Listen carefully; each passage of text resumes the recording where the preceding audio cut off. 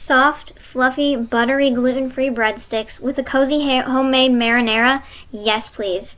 Hey everyone, it's Kaylee, and today we're making the ultimate comfort food, gluten-free breadsticks that are actually soft and delicious, plus a super easy homemade marinara sauce to dip them in. Let's get started. Here are all the ingredients that you'll need. They'll also be listed in the description below. Pause here and take a screenshot so that you can follow along too. This is super good, and I really think you guys will enjoy this because it's not crumbly or dry at all. First, we're going to start with the yeast. Make sure to use active dry yeast. That way it can rise and proof quickly. You only need 2 teaspoons of it. These little packets here are 2 1/4 teaspoons, so don't use the whole thing because you don't need to. Next, you're going to get 2 tablespoons of granulated sugar and put that in there for the yeast to feed off of, and then 1 1/2 cups of warm water, not hot, warm. That way we can activate the yeast. Give it a good little mix like so, and we're going to let it sit and wake that yeast up for about 10 minutes.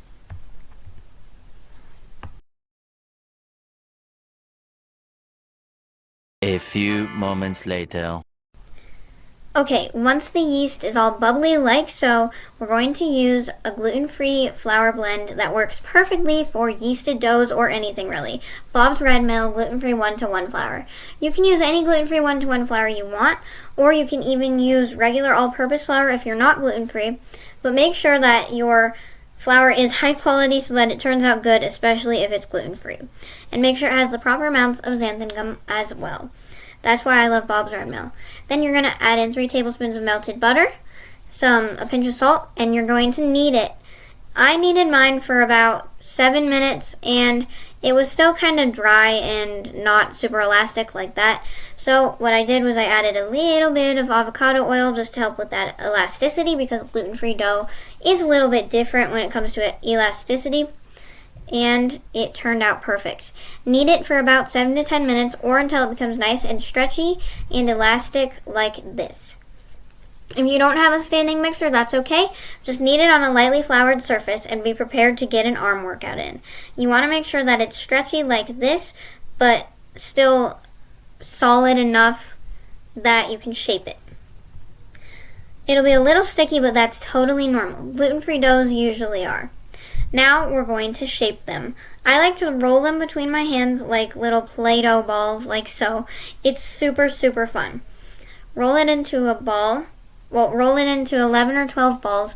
I made 11 because I'm bad at measuring, but it should make around 11 to 12 little dough balls. Don't worry about me setting them on my counter. My counter is perfectly clean, I promise, guys. Once they're all rolled out into balls, you're going to have some fun and mold them into little snakes, like so.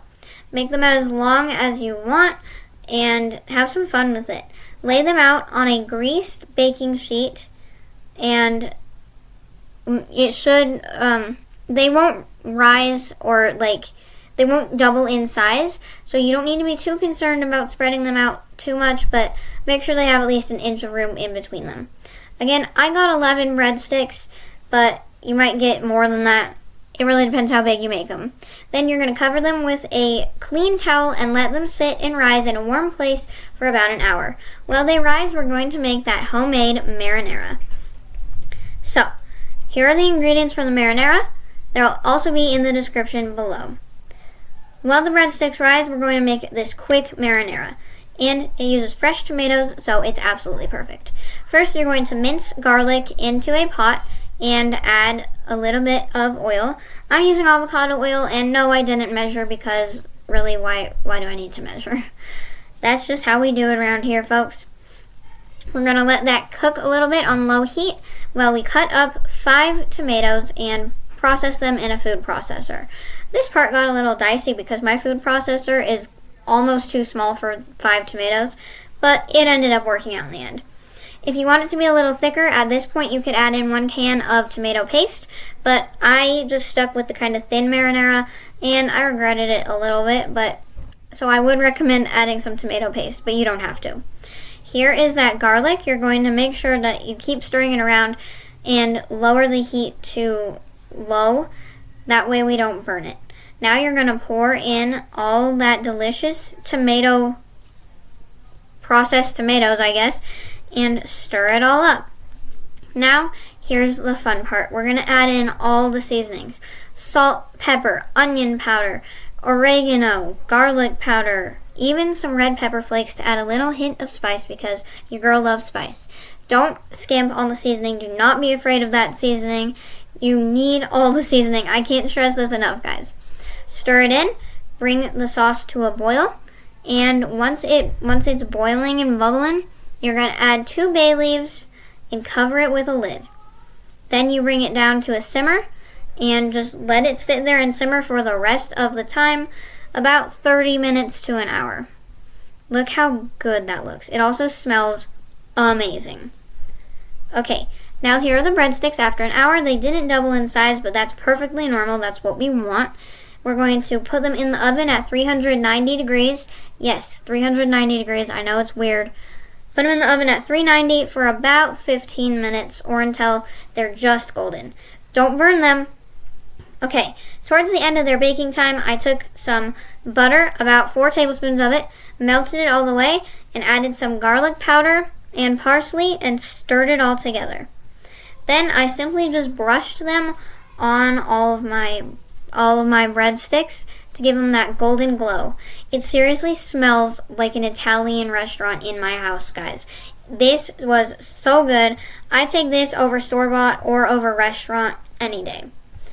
This was so delicious.